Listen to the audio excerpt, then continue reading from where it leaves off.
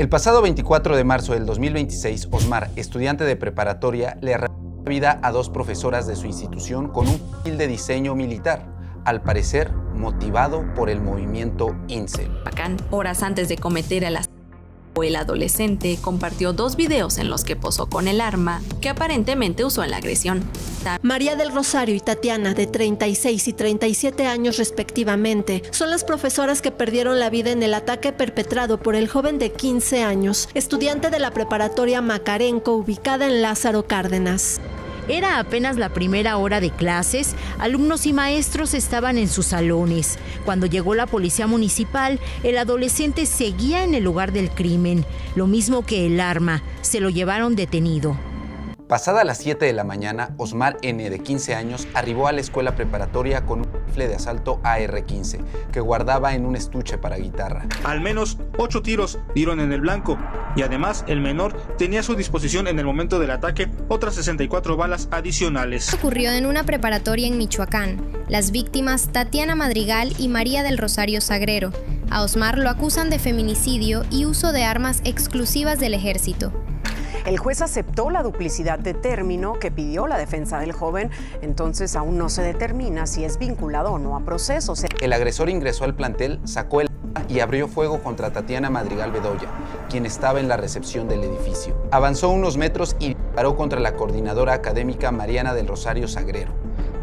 Ambas maestras que fueron ultimadas, que fueron por este joven de 15 años de edad, ya han sido entregados sus cuerpos a sus deudos.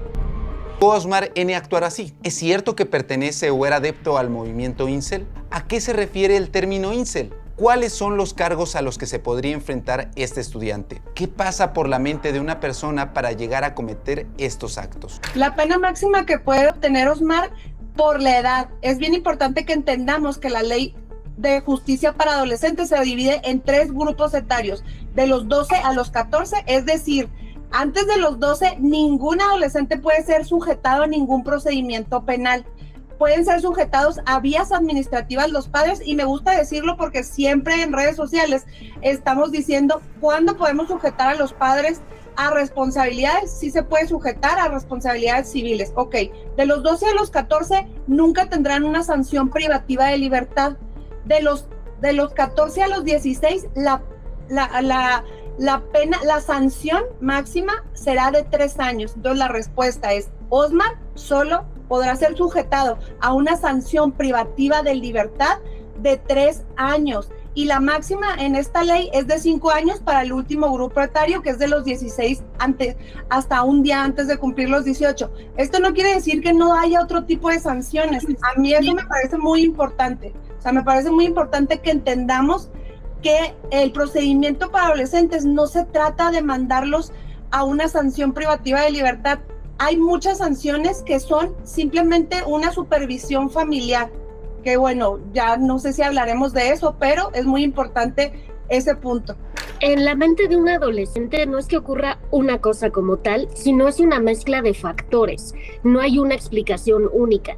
A nivel psicológico, podemos decir que el cerebro del adolescente, en específico la corteza prefrontal, que es la encargada pues de los impulsos, de las decisiones, de la moral, de la ética, la empatía, todavía está muy en desarrollo y termina de desarrollarse hasta los 25. En el caso de Osmar, obviamente, pues está muy inmadura y no es que no sepa lo que hace, pero no ve todavía con mucha claridad las consecuencias y puede ser muy impulsivo todavía. Y luego, bueno, pues también tenemos la parte del ambiente, ¿no? O sea, a lo mejor el ambiente lo predispuso de alguna forma, si ha vivido humillación, rechazo, burla, todo esto va generando pues como una olla express de resentimiento que al final del día tiene que salir contra alguien, ¿no? Y no es justificar la acción, desde luego, es más bien entender por qué podría darse una situación acá, ¿no? De este tipo, sobre todo porque estamos viendo que es un chico muy joven, pero que además fue directo contra, no solo en este momento, sino antes, contra mujeres, ¿no? En redes, en todo. Entonces a lo mejor ahí pues habría que ver la percepción que él tenía respecto a pues a todas estas creencias y situaciones, ¿no? Que pudieron haber contribuido. Yo soy Octavio Arroyo, mejor conocido como Mr. Doctor, y el día de hoy hablaremos sobre el movimiento Incel, a propósito del desafortunado hecho ocurrido hace un par de días en Lázaro Cárdenas, Michoacán. ¿Qué son los Incel? ¿Qué sucede en la mente de los jóvenes para llevarlos a cometer estos delitos? ¿Las leyes deben reformarse para dar castigos y penas más grandes a estos pequeños delincuentes? Sin más, sean bienvenidos a esta investigación especial.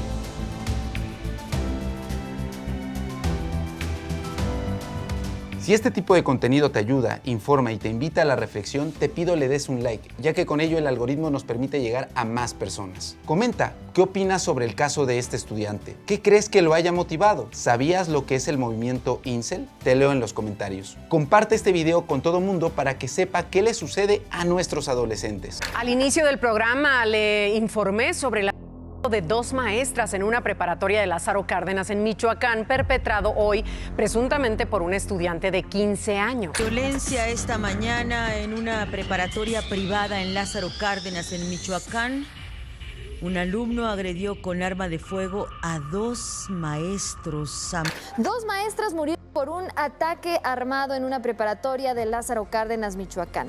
El agresor es un adolescente de apenas 15 años. Michoacán es uno de los estados más violentos de México. Enfrenta una severa crisis de seguridad, registrando más de 1,000 homicidios dolosos en 2025, es decir, en promedio más de 90 al mes, con focos rojos en Morelia, Zamora y Uruapan. En 2025 se registraron 1,090 homicidios dolosos y en 2024 fueron 1,246. El estado ocupa el cuarto lugar nacional en homicidio doloso de mujeres y el primero en culposo. Michoacán es uno de los estados más violentos debido a la presencia de grupos armados, delincuencia organizada y disputas territoriales.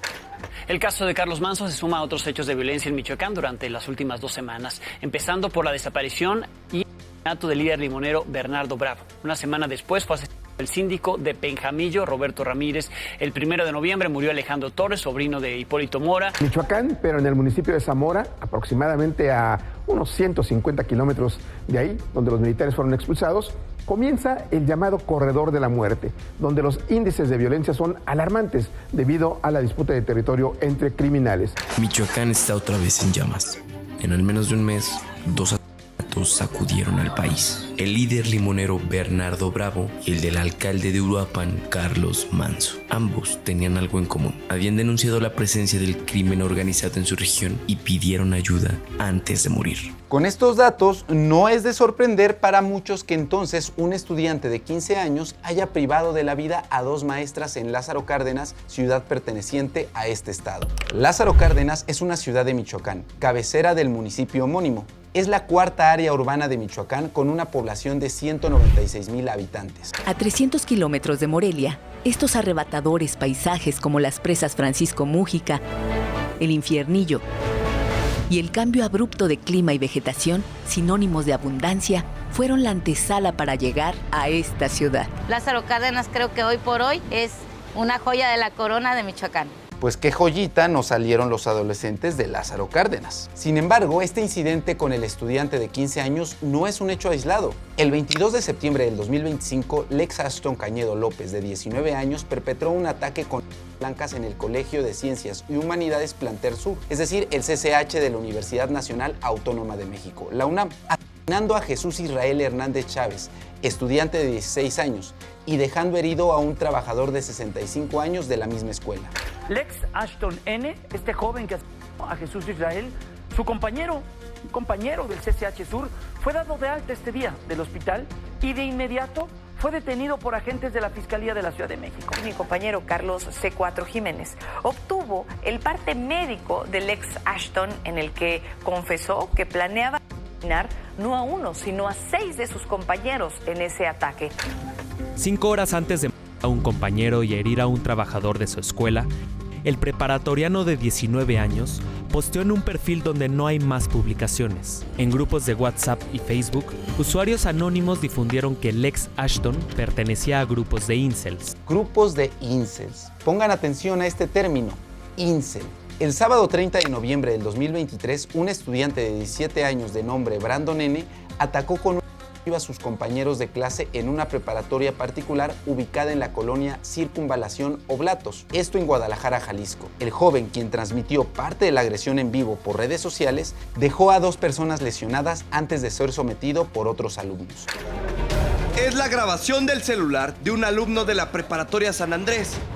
En la imagen se observa al joven con camisa color negro y gorra. Se dirige a un grupo de alumnos y con un martillo golpea a uno en el rostro. Repite la acción con otro. Un ataque en una preparatoria de Guadalajara. 2 estudiantes lesionados. La agresión la perpetró, la realizó uno de sus compañeros, quien... Este adolescente de 17 años, señor, vea por favor el momento. Le imputa los delitos de lesiones y apología del delito por agredir a 2 de sus compañeros con un martillo. Atacó a sus colegas mientras transmitía en directo en sus redes sociales. Mientras todo esto lo transmitía en redes sociales. Otro dato de vital importancia. Apúntenle bien. El 7 de octubre del 2023, en Ramos Arizpe, Coahuila, un estudiante de secundaria habló a su maestra Ashley Viñaseñor por la espalda con una durante una clase en la Secundaria General 2 Emiliano Zapata. La maestra resultó herida, pero afortunadamente estuvo fuera de peligro. La Secretaría de Educación de Coahuila informó que la tarde de este miércoles, una maestra fue agredida con un arma blanca por un joven, el cual fue identificado como alumno de la misma institución. Y este martes se definirá la situación legal del estudiante Asaid N, de 14 años, que la semana pasada señaló a su maestra en una secundaria de Ramos Arizpe, Coahuila. Mientras que en Ramos Arizpe, Coahuila, una maestra de secundaria estaba en plena clase, la agredió a uno de los estudiantes. En este caso, la víctima, una mujer. El 10 de octubre del 2024, un estudiante de primer semestre del CETIS 83 amenazó a su maestra, Acacia Aguilar, con un cuchillo mientras ella entregaba calificaciones. La maestra le pidió al joven que guardara el arma. Este incidente quedó grabado en un video y circuló también en redes sociales. Circuló en redes sociales un video donde se muestra a un estudiante de primer semestre del CETIS 83 de Torreón sacar un cuchillo de su mochila en modo de amenaza contra una maestra. Y se dan cuenta, en todos los casos se repite lo mismo. Estudiante, hombre, adolescente, redes sociales, víctima, mujer. Vayamos al caso que nos trajo a este reportaje. Un estudiante de preparatoria de 15 años balazos a 2 de sus maestras adentro de su escuela. Un adolescente que atacó a balazos a 2 profesoras en su preparatoria. Marco. Y en casa puntualmente en Michoacán. Y es que un adolescente de 15 años a tiros con un arma larga a 2 maestras, ay Jesús, en una prepa de Lázaro Cárdenas, Michoacán. El 24 de marzo del 2026, entre las 7 y 8 de la mañana, una tragedia conmocionó a México, cuando un estudiante de 15 años asesinó a 2 maestras dentro de la preparatoria privada Antón Macarenco, ubicada en el municipio de Lázaro Cárdenas, Michoacán. El hecho se caracterizó por la planificación previa del menor y el uso de un de alto poder. Las maestras fueron identificadas como María del Rosario Segrero Chávez, de 36 años, y Tatiana Madrigal Bedoya, de 37 años. La recordamos muy alegres, muy bien puntuales en su trabajo. Se dedicaban a su trabajo específicamente. No eran personas que llegabas y te atendían mal, no, para nada, al contrario. Tatiana, quien fungía como recepcionista, y María del Rosario, coordinadora académica, eran figuras centrales en la vida de la escuela.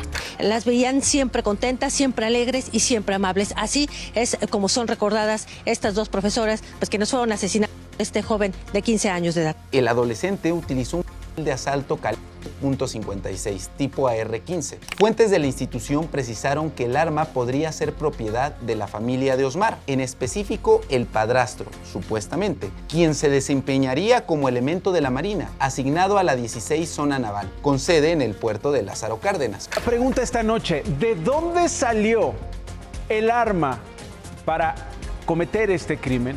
¿De dónde sacó Osmar ¿Y qué tan fácil es conseguirlo? Dicen que este menor es hijastro de un elemento de Marina y que perpetró el crimen, fíjese usted bien, con un arma tipo AR-15, un fusil AR-15. Es hijastro de un marino, toma del uso exclusivo del ejército. Sin embargo, otras fuentes señalan que no hay registro de esta arma en el sistema nacional, por lo que su uso sería ilegal. El rifle que usó Osmar fue verificado en sistemas de la Fiscalía de Michoacán y al momento se sabe que se trata de un arma ilegal que no tiene ningún registro en bases de datos oficiales. Además, es un fusil prácticamente nuevo. Más allá del origen del arma, el fiscal de Michoacán, Carlos Torres Piña, detalló la secuencia con base en los videos y la necropsia. Primero, el joven disparó por la espalda a una de las profesoras, impactándola en la nuca y causándole la muerte casi inmediata. Luego abrió fuego contra la segunda maestra, quien intentó refugiarse tras el mostrador. Le disparó 2 veces y al acercarse le asentó un tercer disparo mortal. Según las declaraciones del funcionario, Osmar realizó 14 disparos en total. Recabando por parte de las áreas periciales, se encontraron 14 casquillos percutidos de una arma de fuego, una arma larga, conocida R15. En el video se ve que entra directo. O sea, directamente bailas. Una de las maestras estaba de espalda al mostrador. Uf. Y en los primeros disparos impacta uno en el cráneo, en la parte de la nuca, y posteriormente hace otras ráfagas a la maestra que está posterior al mostrador. Ella trata de ocultarse y se acerca en un segundo momento y es donde impactan los otros disparos en el cuerpo de la maestra y que pues le arrebata la vida. Y fíjense, el fiscal subrayó que el atacante, este chamaco de 15 años, demostró conocimiento en el manejo del arma. Disparó de manera precisa y certera, incluso tras obstáculos. Este niño de 15 años sabía lo que hacía. La magnitud de la tragedia se vio limitada porque Osmar solo portaba un cargador, aunque llevaba muchas más balas. Es que no me lo puedo imaginar que un niño de 15 años tenga acceso a un fusil y a los tiros, 40 balas, y que haya podido entrar a la escuela con el fusil. Que llevaba más balas, pero no más cargadores, ¿cierto? Sí, en lo que es en la funda de la guitarra. Sí. Tenía una cantidad importante, más cartuchos, cerca de 47 cartuchos que se quedaron allí en la funda de la guitarra. Es decir, disparó todo lo que tenía y no podría disparar más. Tras los disparos, la reacción de la comunidad fue inmediata. Alumnos y un trabajador del plantel, arriesgando su vida, sometieron, amarraron y desarmaron al agresor utilizando una cuerda. Este vestía un suéter negro con franjas blancas y tenis Adidas. En los videos y fotos que circulan tras el ataque, se le observa de pie, con las manos atadas, sin señales de crisis ni de arrepentimiento. Posteriormente, la policía municipal y estatal arribó, lo esposó y aseguró el arma, cargador y los cartuchos. Tras los disparos, el presunto responsable fue sometido por los propios alumnos, apoyados por un trabajador del plantel. Lo neutralizaron, amarraron y entregaron a las autoridades municipales y estatales que arribaron al lugar. La Fiscalía General del Estado llegó a la escena alrededor de las 8:30 de la mañana. El personal encontró a las maestras ya sin vida y al agresor bajo custodia. Se realizó la necropsia y los peritajes balísticos. Según las declaraciones de las autoridades, este agresor sería sometido a exámenes toxicológicos y psicológicos. Además, la madre del menor ya ha cooperado plenamente entregando el celular del menor, el cual no llevaba al momento del ataque, y se analizarían las pertenencias para esclarecer los motivos de esta agresión. Arma ya está detenido el muchacho. Está también puesto ahí por tiro en el arma, con la presunta arma con la que se cometió los hechos, y pues ya está en cancha de la Fiscalía General del Estado, y quien dará a conocer los avances en la investigación que haga y esclarezca los hechos. El muchacho está detenido y se tiene también el arma. Sin embargo, la historia es mucho más tenebrosa. Osmar, el desde horas antes ya había dado indicios de que cometería este crimen. 9 horas antes de la tragedia, el estudiante, identificado como Osmar N., publicó una serie de historias en su cuenta de Instagram que anticipaban sus intenciones. En total, subió al menos 4 historias. En la primera, aparece vestido completamente de negro, modelando el fusil AR-15 frente a un espejo. En la descripción de esta foto se lee la frase "Hoy es el día". En la imagen se ve al adolescente con un arma larga, vestido de negro, con guantes tácticos. Mientras suena la canción de fondo Tomorrowland de Alex Favela, Víctor Mendivi y el Padrinito Toys, que hace apología al narcotráfico.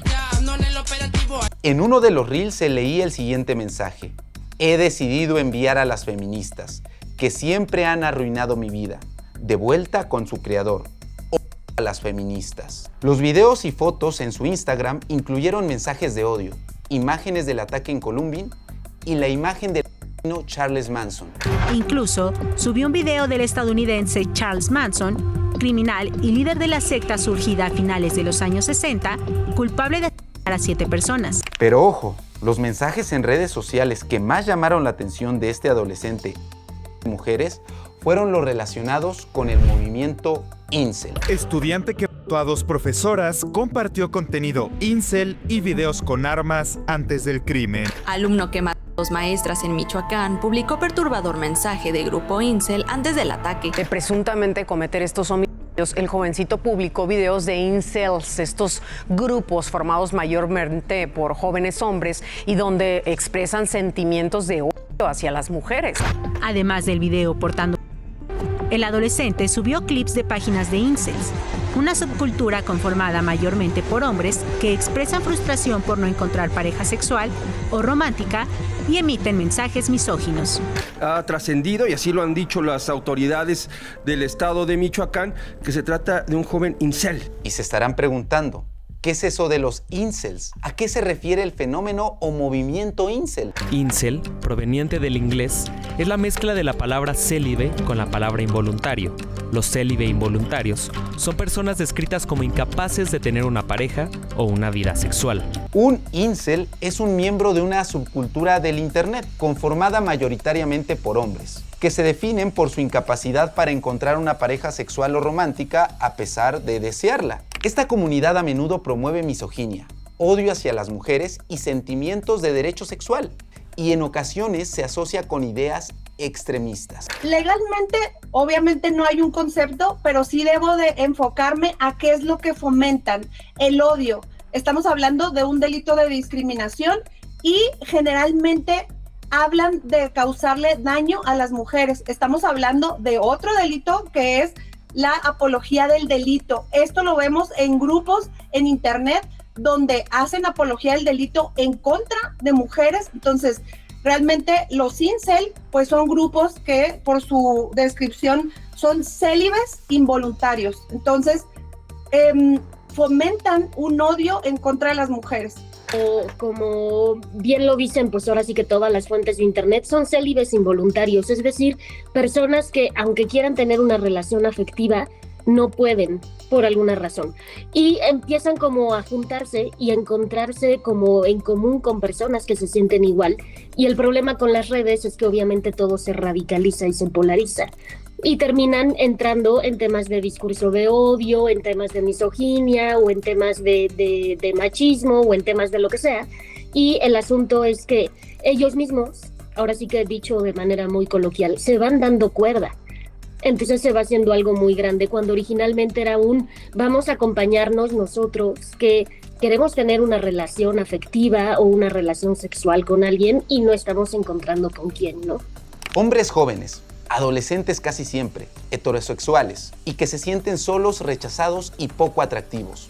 Este es el perfil de los llamados incel, un movimiento del que se está hablando mucho actualmente porque aparece representado en distintos sitios de internet en todo el mundo, principalmente en redes sociales. ¿Has alguna vez escuchado hablar de los incels? Curiosamente, este término fue inventado por una mujer. Incel significa Involuntary Celibate. A la madre. El fenómeno incel, soledad convertida en peligro. Al inicio, el término surgió en internet como un espacio de apoyo para personas que sufrían soledad y aislamiento. Y odian a las mujeres porque se lo ponen difícil y ellos todos se creen que son seres de luz que se merecen todo, quieren a la más guapa. Y no solo quieren a la más guapa, sino quieren que vaya ella a por ellos, no currarse nada, el seguir siendo tóxico, infantil y que la chica se lo permita todo. Como les digo, los incels son una subcultura, es decir, pertenecen a una cultura mucho más grande. ¿Y cuál es esa cultura? La manósfera. La manósfera es un conjunto de sitios web blogs y foros dominados por hombres que promueven la masculinidad, a menudo caracterizados por ideologías misóginas, antifeministas y de extrema derecha. ¡Ah! ¡Dios te libre! ¡Te vayas a quedar soltero un par de años! ¡Ah! ¡La peor tragedia de los hombres! Uy, yo no quiero ser un hombre incel. ¿Y qué me dices de célibe por decisión? No mamen, hicieron una serie de lo peligroso de los incels y pusieron a un niño de 12 años. Y le dieron un Emmy. Pues sí, Temach, porque esos son los hombres más fáciles de manipular. En principio, hay que explicar que el ser humano por naturaleza tiene que formar parte de un grupo. Siempre estamos formando equipos, religiones, no sé, comunidades, como que no estamos diseñados para estar solos. Aquí ellos buscan pertenecer, como cualquier ser humano, pero en la adolescencia es mucho más marcado. Ellos necesitan tener una identificación y alguien que los valide. ¿Y qué más rápido te puede validar que un grupo que le echa la culpa a todos los de enfrente? No. Y que te hace sentir que tú no eres el problema y que tú estás bien. Entonces ese grupo te acoge, culpa a los de enfrente y aparte te hace sentir perteneciente a algo. Entonces obviamente pues van a caer ahí, sobre todo si el ambiente no es un ambiente que propicie que el joven se abra y que cuestione con otras personas este tipo de creencias, ¿no? A mediados de la década de los 90, una estudiante universitaria de origen canadiense conocida como Alana creó un sitio web titulado Alana's Involuntary Celibate Project. El objetivo inicial de este grupo era crear una comunidad acogedora y de apoyo a personas de cualquier género que debido a su timidez, inseguridades o dificultades sociales, pues no lograban establecer relaciones románticas o sexuales. ¿Cómo puede alguien pasar de sentirse solo a odiar a las mujeres? Esto es lo que sucede con los incels, comunidades en internet donde la soledad se convierte en resentimiento y misoginia. ¿De dónde surgen los incels? Para nosotras como defensoras digitales, han surgido de redes sociales. El problema no es que no existiera antes a lo mejor este tipo de violencias. El problema es que al fomentarse en grupos de internet, en grupos de redes sociales, se maximiza y se llega a más personas y se populariza este tipo de actitudes. Entonces, también lo que nosotras dentro de Defensoras Digitales tratamos es de que las plataformas sean un poco de responsables y cierren este tipo de grupos, como hay muchos otros grupos que violentan otras a las infancias, a las mujeres, o otros grupos vulnerables que son la religión o cualquier otra categoría sospechosa como la establecemos en la ley. Entonces realmente para nosotros el problema surge desde redes sociales. Surgieron en los 90 por una mujer, curiosamente fue una mujer, que creó un grupo como un espacio de apoyo para todas las personas, hombres o mujeres, que se sintieran solas o rechazadas. El problema es que con el tiempo se fue radicalizando, fue evolucionando y terminó en lo que conocemos hoy. Y obviamente las redes sociales, el internet acelera y amplifica todo esto. Entonces lo que inició como algo bonito, a lo mejor, todos los que nos sentimos solos, unámonos, terminó siendo pues algo radical que en muchos casos fomenta el odio, ¿no? Sin embargo, a finales de los 90 y principios de los 2000, el grupo se desvirtuó, atrayendo a hombres jóvenes que comenzaron a culpar a las mujeres por su falta de relaciones, convirtiéndolo en un espacio de misoginia. Pero con el tiempo se transformó en un submundo tóxico, donde muchos alimentan el resentimiento, el odio hacia las mujeres y la frustración personal. Ser incel va más allá de la falta de pareja, es adoptar una identidad marcada por el rechazo. Este movimiento, el de los incel, ganó notoriedad internacional tras los ataques violentos perpetrados por individuos que se identificaban como incels. Tal es el caso de Elliot Rodger. Esto en 2014 en California, quien mató a 6 personas. La noche del 23 de mayo de 2014, la gente paseaba tranquilamente por Isla Vista, en el condado californiano de Santa Bárbara. Nadie sospechaba que en ese mismo instante, en un apartamento cercano, un chico de 22 años estaba de 3 compañeros de piso con un afilado machete. Pero eso no era todo. Después del triple Elliot Rodger, un joven inadaptado con síndrome de Asperger que había pasado por tratamiento psiquiátrico, salió a la calle con 3 armas de fuego. A las 9:30 de la noche, Elliot comenzó a disparar contra todo joven que se cruzaba en su camino. Well, this is my last video. It all has to come to this. Tomorrow is the day of retribution. The day in which I will have my revenge against humanity. Against all of you. I've waited a long time for this. I'll give you exactly what you deserve, all of you.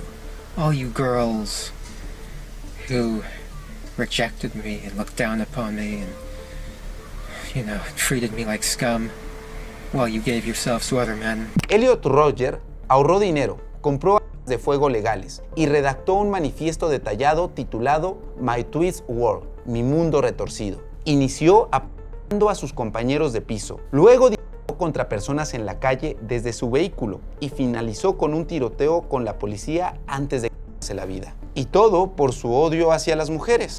Oh, check it out. There's me. All my fabulousness. I am so awesome. Hello? Yes? 34.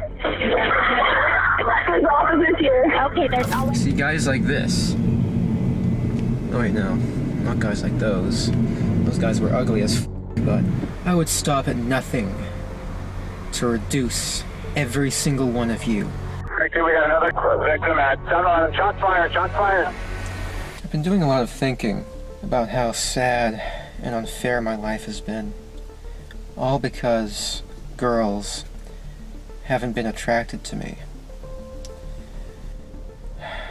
Dentro de la manósfera, Elliot Rodger es un tipo mitificado que se convirtió en una figura simbólica y un referente ideológico para esta subcultura de los incels, célibes involuntarios. Esto, como les digo, tras perpetrar la masacre. Tanto es así que es llamado frecuentemente como San Elliot o el Caballero Supremo. Así igualito como muchos adolescentes idolatran a la cultura del y a sus líderes, haciendo apología a través de canciones o incluso con vestimentas.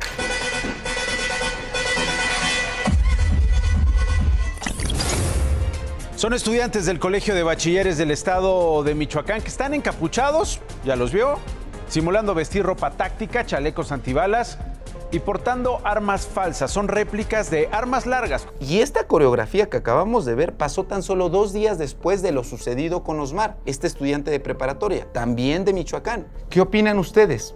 ¿Creen que los jóvenes, los adolescentes, están siendo sometidos por la apología al crimen organizado, apología a la misoginia, o más bien es toda esta idea de redes sociales la causante de ello? Es decir, ¿las redes sociales son consecuencia de la apología al delito o más bien son un reflejo? Déjenmelo en los comentarios. Puedes coger y puedes acabar en este tipo de comunidades que tienen discursos que de primeras palian mucho, porque te sientes como incomprendido. Yo entiendo que es muy complicado salirse de esa visión del incel como el hombre que sigue siendo un niño, que no ha madurado, ¿no? Que no ha aprendido a gestionar el rechazo y demás. Pero bueno, como psicóloga sabrás que las personas estamos a unas condiciones, unas características concretas de tener actitudes, pues quizás moralmente más reprochables, ¿no? Y cuando hablamos de dolor, hablamos de desesperanza, de frustración, de el ocaso, podríamos decir, o la crisis de la masculinidad o del modelo de la masculinidad que hemos heredado y del que nos separa 1 o 2 generaciones, no mucho más. Esa validación, ¿no?, con respecto a otros hombres, pues pueden llevarte a que acabes entrando en este tipo de cuestiones. Pero sí, en principio, parece que el enemigo común no deja de ser las chicas. ¿Y por qué nos rechazan? Al ser las mujeres parte fundamental en lo que gira la subcultura incel, existe una terminología para dirigirse o denominar a estas mujeres, y esta se basa en qué tan atractivas son físicamente y su comportamiento. Siendo, por ejemplo, los términos principales Stacy. Esto se refiere a mujeres atractivas y sexualmente activas. Ahora, también utilizan el término Becky para mujeres de atractivo promedio o menor. Otros términos incluyen femoid o foid. Esto para deshumanizar a las mujeres. Y Stacy, como les digo, para denotar a la mujer inalcanzable que solamente busca a otros hombres también atractivos. A estos hombres atractivos se le denominan como chads. Foros y comunidades, los incels desarrollaron un lenguaje propio con términos como chads, hombres atractivos y exitosos. Stacy's, mujeres atractivas que los rechazan. Black pill, la creencia fatalista de que están condenados a la soledad. Otro término acuñado por la comunidad incel es la de la black pill, es decir, la píldora negra, la cual es una ideología fatalista que sostiene que el éxito romántico y sexual está predeterminado por la genética, tanto el atractivo físico como la altura, y que para los hombres considerados poco atractivos o sea feos, pues no hay esperanza de algún cambio o de encontrar una pareja sexual o romántica. ¿Qué es la misoginia? Es un aprendizaje social que viene desde, muchas veces me gustaría mencionar esto, muchas veces decimos a los hombres misógenos los educa otra mujer. Es un error estar diciendo esto, porque la educación no es solo de la madre, es también del padre. O sea, y si no tenía padre, viene justo de la ausencia de un padre responsable. Entonces no podemos estar culpando a las mujeres. Entonces, para mí eso viene de un aprendizaje social completamente. Yo creo que la misoginia sí viene de varios factores. Uno de ellos es evidentemente la educación, pero otro también es el darnos cuenta que no solo la familia educa, sino también educa el ambiente y la cultura. Y entonces todo eso se mezcla como, sí, ahora sí que de manera muy homogénea, y se empieza a sentir como un odio si es que ha habido humillaciones o sensación de inferioridad por esta misma educación, etcétera. Se empieza a volver odio, enojo, y pues ese odio y ese enojo tiene que tener un blanco. ¿Y dónde va a ser el blanco, no? Pues obviamente ahí está claro, pero es una mezcla de factores culturales, sociales, educativos, etcétera. Ellos dicen que las mujeres tienen o deben darles relaciones sexuales. Y si una mujer no quiere dártela por la razón que sea, porque no le gustaste, porque no lo atraes, porque no siente una atracción romántica por ti, entonces le estás negando la posibilidad de ellos de acceder a una relación sexual o una relación romántica, y por ende tú pasas a ser la culpable. Otra creencia popular entre los incels es la regla 80-20, la cual afirma que el 80% de las mujeres solamente se van a sentir atraídas por el 20% de los hombres, los más atractivos, exitosos o dominantes, como les digo, denominados chads. De hecho, esta teoría es tomada, como muchos otros términos, en una serie de Netflix que habla también de la cultura incel en adolescentes. Me refiero a la serie Adolescencia. En general, la historia se trata sobre el arresto de un niño de 13 años, señalado de quitarle la vida a su compañera Katie, a quien apuñaló 7 veces. Un detective y una terapeuta tratan de entender los motivos que llevaron a Jamie a hacer ese acto. Jamie, if you do not sit, look up, fucking wanna sit down. Do not tell me when to sit down. Yo lo que pienso en términos de esto del 80-20, que justamente tiene que ver con, o sea, lo ponen como una ley, ¿no? Lo ponen como una ley de cuánta probabilidad tiene un hombre en poder tener éxito. Los adolescentes siempre buscan pertenecer a un grupo porque es una necesidad básica a cualquier edad. El ser humano no está diseñado para vivir solo. De hecho, desde tiempos inmemorables vivimos en tribus, en comunidades, porque al que se le aísla, se muere. O sea, si a ti antes en la tribu, hombre de las cavernas, te sacaban del grupo, estabas condenado a morir. No había quien te ayudara ni a cazar, ni a sembrar, ni a parir, ni a nada. Nuestra mente y nuestro cuerpo fue pasando eso de generación en generación y aprende que pues necesitamos estar en grupo. Pero en la adolescencia esta necesidad se intensifica, necesitan ellos construir una identidad y el grupo con el que se relacionen les ayuda a construir esta identidad. Entonces obviamente acá es mucho más fuerte la necesidad de pertenecer.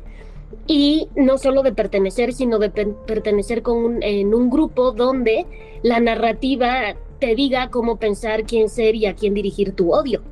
Eso es mucho más simple que llegar a un grupo donde te invitan a cuestionarte.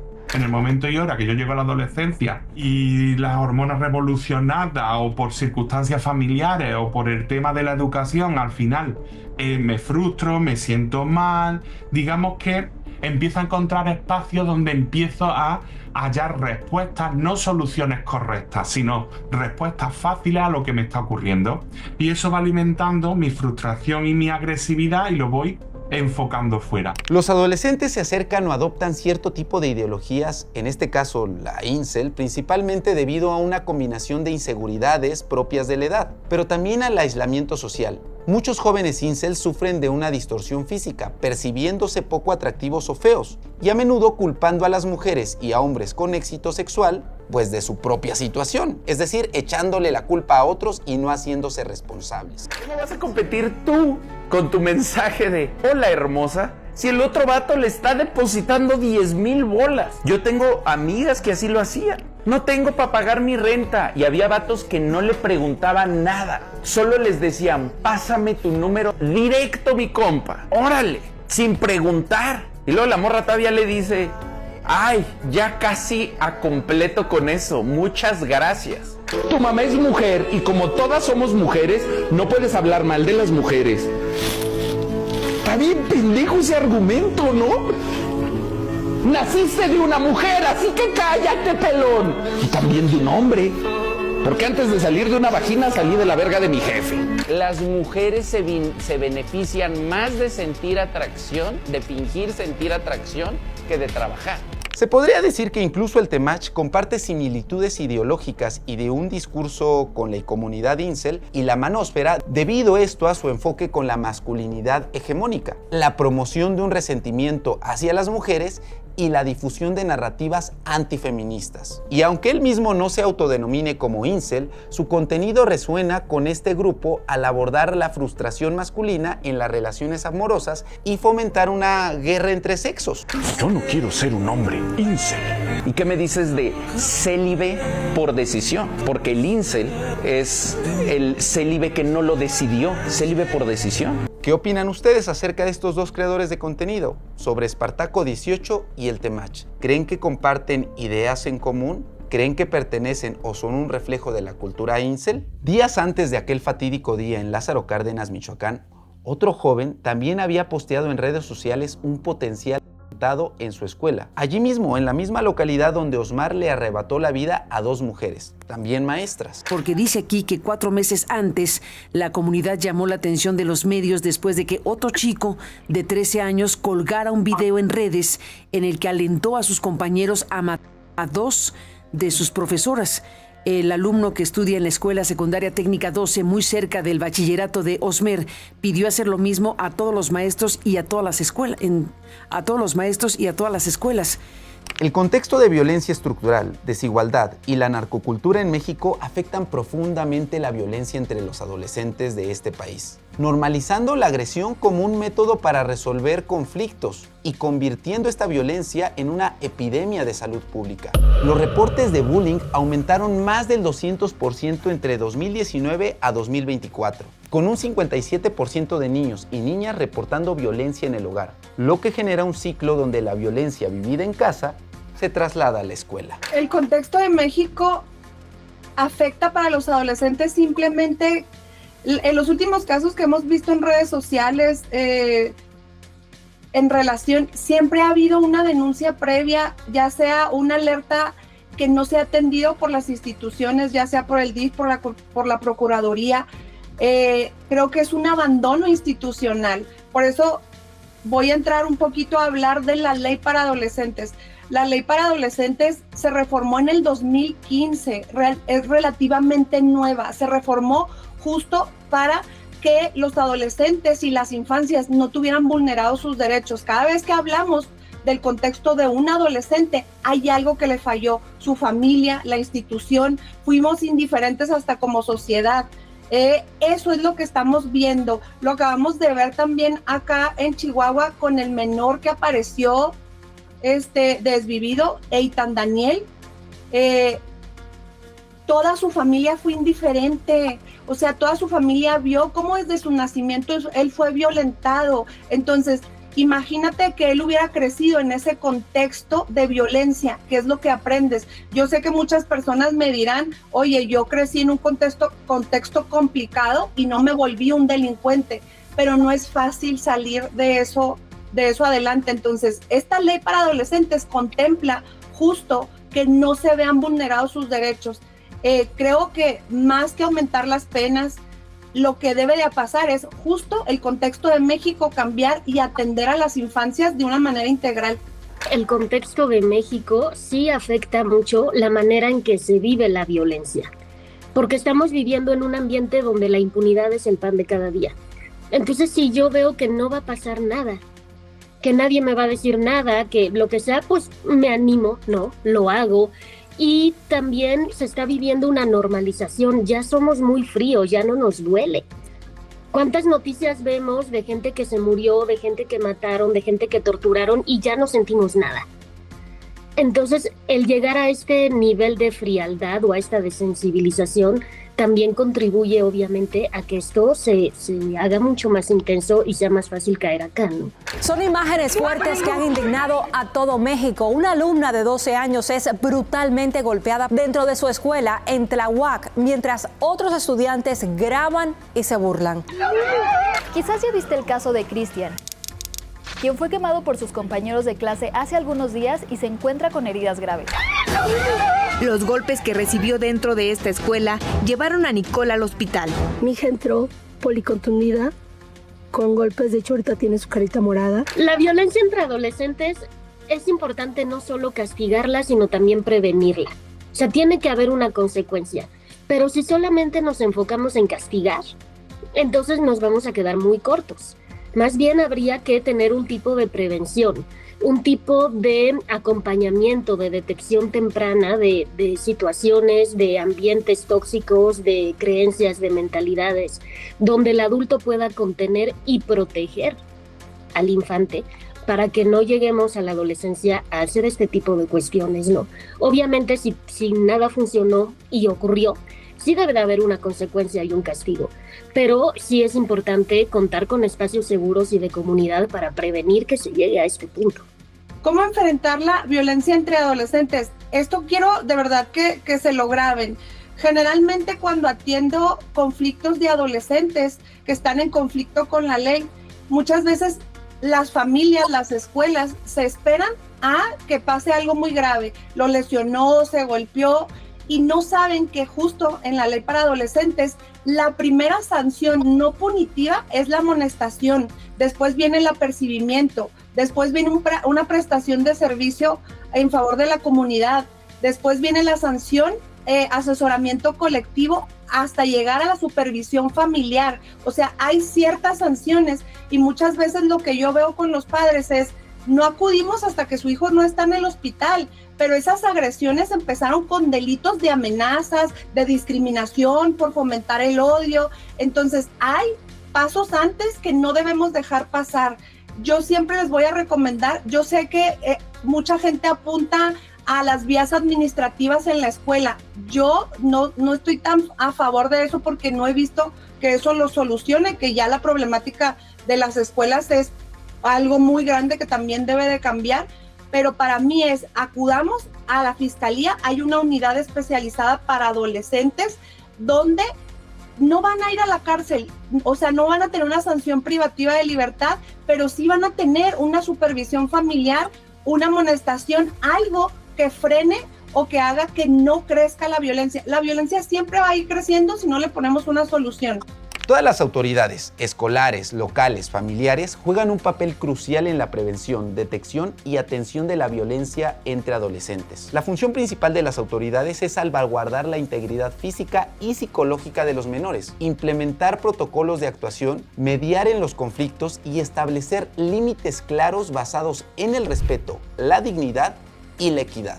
También sobre el tema, la presidenta Sheinbaum calificó el hecho como doloroso y pidió abrir el debate sobre la posibilidad de juzgar como adultos a los menores que cometan delitos graves. No lo propuse, dije que es algo que se tiene que discutir en nuestro país, algo que pues necesitamos hablar de ello y abrirlo y debatirlo. El caso de ayer es muy doloroso en muchos sentidos. El procedimiento para adolescentes está basado en la Ley Nacional del Sistema Integral de Justicia para Adolescentes. Este es un procedimiento a nivel nacional. ¿Qué es lo que pasa?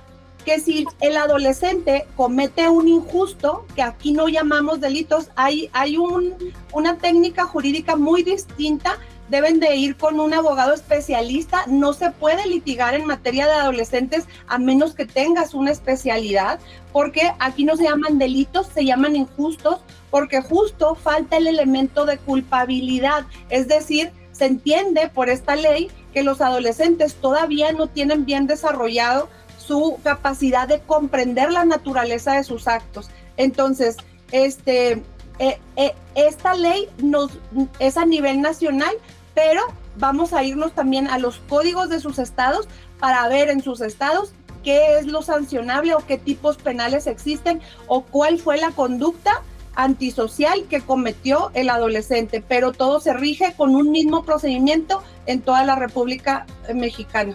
La Ley Nacional del Sistema Integral de Justicia Penal para Adolescentes es la norma que rige aquí en México a las personas entre 12 a 18 años que cometen conductas tipificadas como delitos. Este sistema, fundamentado en el artículo 18 constitucional, se enfoca en la reintegración social y familiar, priorizando medidas socioeducativas sobre la prisión. En México, los adolescentes, es decir, personas entre 12 a 18 años que cometen homicidios, son juzgados bajo un sistema especial enfocado en la reinserción, no en un castigo severo. Por ejemplo, la pena máxima privativa de libertad, es decir, meterlos en una cárcel para adolescentes, es tan solo de darles 5 años para personas entre 14 a 16 años y hasta 7 años para mayores de 16 años en casos graves como... Pero si se dan cuenta, los de 12 a 14 ni siquiera pisan la cárcel. En esta misma ley, en el artículo 164, establece un catálogo de alrededor de 10 tipos de injustos en el que está el homicidio o el feminicidio. Entonces, la sanción privativa de esto, cuando hablo de este catálogo tan pequeño es el que tiene exclusivamente sanciones privativas de libertad. Es decir, si hablamos de injustos que no están en este catálogo, que cuáles son este catálogo, los delitos que están en la ley de trata, los delitos no los puedo mencionar muchos, ¿verdad? Pero los delitos más graves ante la sociedad, como secuestro, como pónganle ahí el PIN, pero como narcomenudeo, como todos estos, es un catálogo pequeño dentro del cual está el homicidio y el feminicidio. Entonces, lo vamos a dividir en 3 grupos etarios. El primer grupo etario, como ya lo hemos mencionado, no tendrá sanción privativa de libertad por ningún delito, haga lo que haga.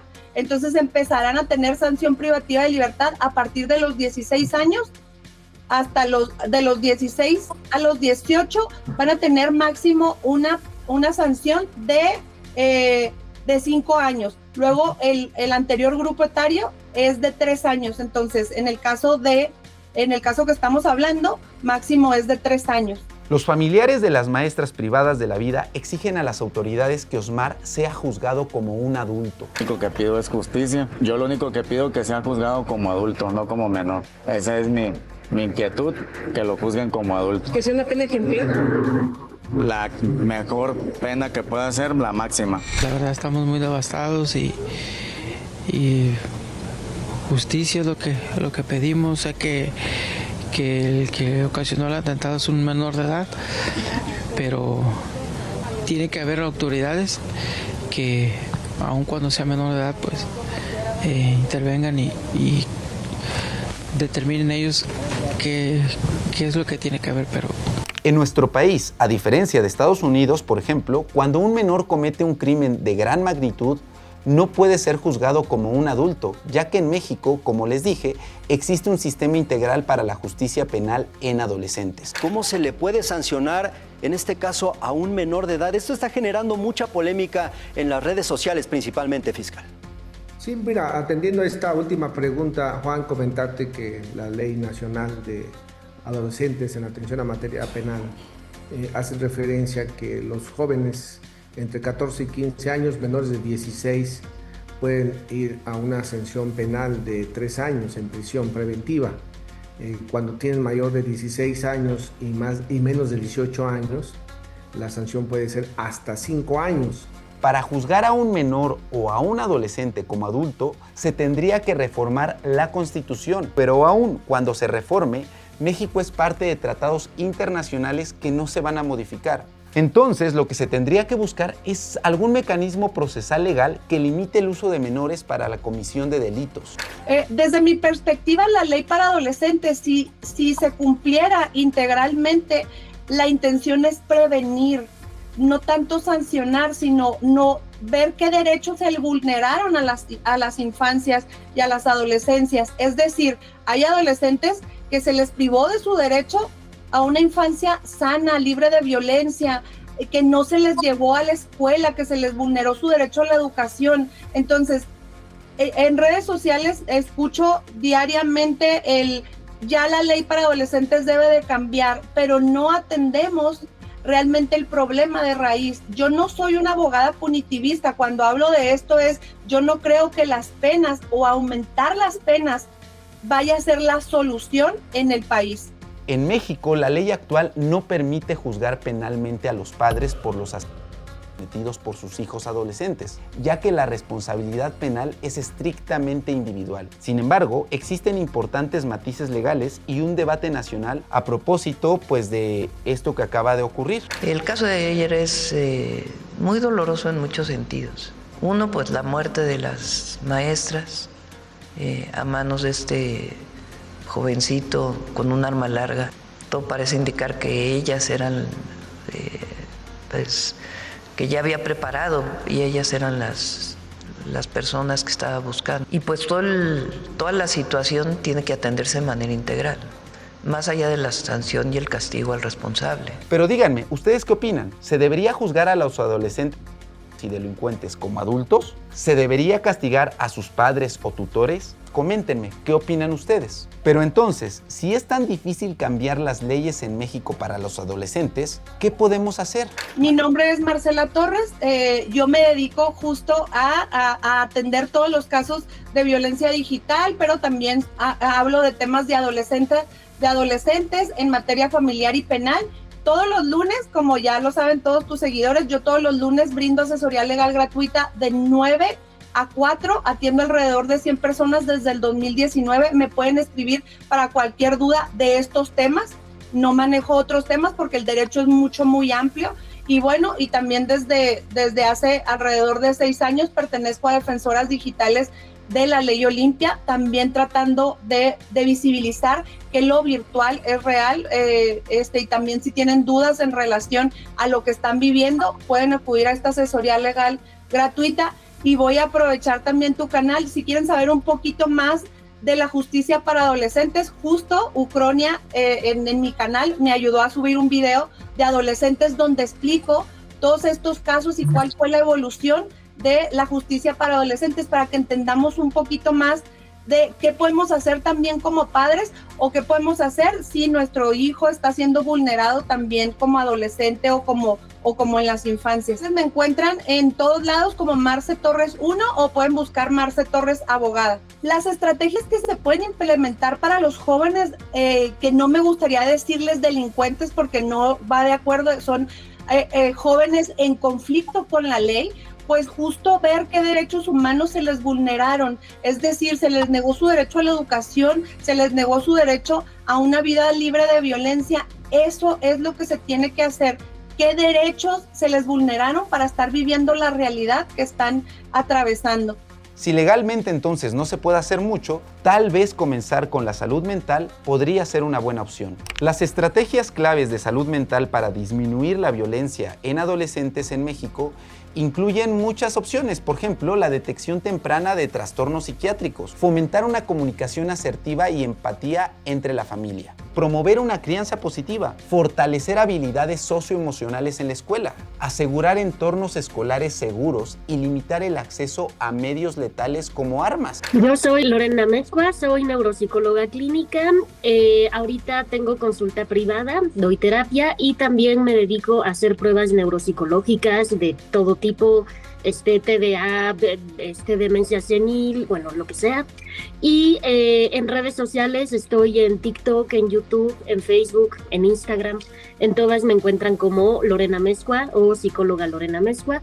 Y bueno, obviamente también dedico gran parte de mi tiempo a la creación de contenido sobre temas de salud mental, pero de una manera muy light, para que todo el mundo la pueda entender. Lo primero yo creo que sería desestigmatizar la psicología y la salud mental. Ahorita todavía se ve como un tabú, como que es para locos, como que de las emociones no se habla. Y ya una vez que logremos eso, sería como introducir poco a poco la educación emocional, pero desde que son chiquitos. Identificar cómo se llaman las emociones, cómo regularlas, cómo tolerar la frustración o el rechazo, etcétera, para poder ser personas con una salud mental y emocional mucho más fuerte, que prevenga justamente de caer en grupos radicalizados, de caer en conductas que, pues ahora sí que, como dice Marce, entran en conflicto con la ley, etcétera, ¿no? Sería como también educar a familias, a cuidadores, para que todos en comunidad logremos como salir adelante en este tema que en México de verdad es que está en pañales, ¿no? El tema de la salud mental siempre se queda rezagado y al final, y el tema emocional siempre se olvida, ¿no? Aguántate, tienes que ser más fuerte. Es que no sé qué, como que cambiar ahora sí que esa dinámica y volvernos más accesibles. Considero que un punto importante para erradicar o al menos disminuir la violencia entre adolescentes y en general en todo México, sobre todo hacia las mujeres, es entender que es un problema de todos. Al hablar, por ejemplo, de los incel, hablamos de un grupo que si bien llega a ser victimario, pues también al final del día es una víctima de sí mismo. En México, el es una crisis creciente entre adolescentes, siendo una de las principales causas de muerte en personas entre 15 a 29 años. Según datos, la tasa de en jóvenes de 10 a 17 años casi se duplicó entre 2000 a 2022, registrándose 727 defunciones en este grupo de edad solo en 2023. Si asumiéramos que los adolescentes son un problema de todos, podríamos entonces tener avances reales, porque señalarlos y decirles que son unos locos o es una etapa, pues no les va a aportar mucho. Los adolescentes violentos son el resultado de una sociedad fallida y ayudarlos a ellos se traduce en ayudarnos a todos. Yo creo que casos como el de Osmar rápidamente nos obligan a pensar quién fue el culpable y qué hacemos para que no vuelva a pasar. Pero no es solo eso, creo que la realidad es mucho más profunda y quizá mucho más incómoda, porque es qué dejamos de hacer como sociedad o qué hicimos para que esto llegara a suceder. No es solamente la parte emocional, sino qué falló alrededor, ¿no? ¿Qué se pudo haber hecho antes? ¿Qué no se detectó a tiempo? ¿Cómo tuvo acceso a esa arma? ¿Cómo se llegó hasta ese nivel? Porque una cosa es que te caiga mal alguien y otra cosa es que llegues hasta ese punto, ¿no? Entonces, ¿qué falló alrededor? No es eximirlo a él de ninguna responsabilidad, porque obviamente está mal lo que hizo, pero es ver qué pasó alrededor para que esto obviamente no vuelva a ocurrir y podamos prevenir casos futuros, ¿no? En el caso de Osmar, lo que yo reflexionaría, un delito muy grave, pero posesión de arma, ¿de dónde la sacó? Es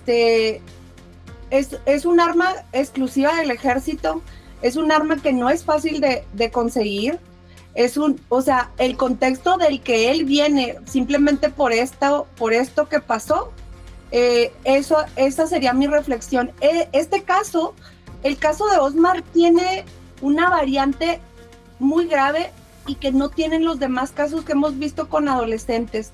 El caso de Osmar, sí tenemos cómo sujetar un procedimiento en el caso dado que viniera del padrastro, que se dice que es muy probable que el arma la tuviera por parte del padrastro, que yo no lo puedo asegurar, pero eso dicen los medios de comunicación.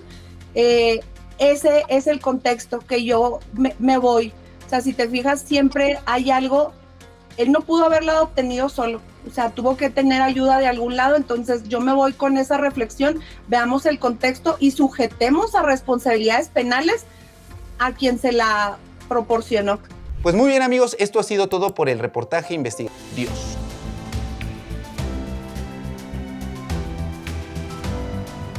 Y este problema, insisto, es solamente la punta del iceberg o la tragedia, pues, más grande. Pero, por ejemplo, hace un par de días en Puebla ya les conté sobre el caso de Mónica, que por aquí está apareciendo la miniatura, donde un adolescente en compañía de otros 3 amenazaron con un cuchillo y le robaron su celular. Y una jueza de aquí del sistema de justicia para adolescentes, la cual voy a decir en este momento su nombre, llamada Rosario Ivonne Rivera Calzada, pues decidió solamente darle 2 años de libertad condicional a este chamaquito que asaltó a Mónica y que la amagó con un cuchillo. ¿Qué esperaba, jueza? Porque esto es importante, y no solamente la jueza, también el Ministerio Público Isael Martínez Duarte. ¿Qué esperan? ¿Que suceda lo que sucedió en Michoacán para darle una pena mínimo de 5 años como se merecía? No se preocupen, vuelvo a lo mismo y como se los dije hace un par de días, si no, se va a apelar. Esta decisión que ustedes tomaron hace un par de días se va a apelar y vamos a meter a Alejandro a la cárcel o al menos a este reclusorio para adolescentes, porque no se puede quedar con esto. Y vuelvo a poner la cara de Rosario y la cara de Isael para que sepan que estas personas tienen, no sé si tengan, ustedes déjenme en los comentarios, complicidad con Alejandro. Pero bueno, si quieren enterarse un poco más, los veo ahorita en mi TikTok.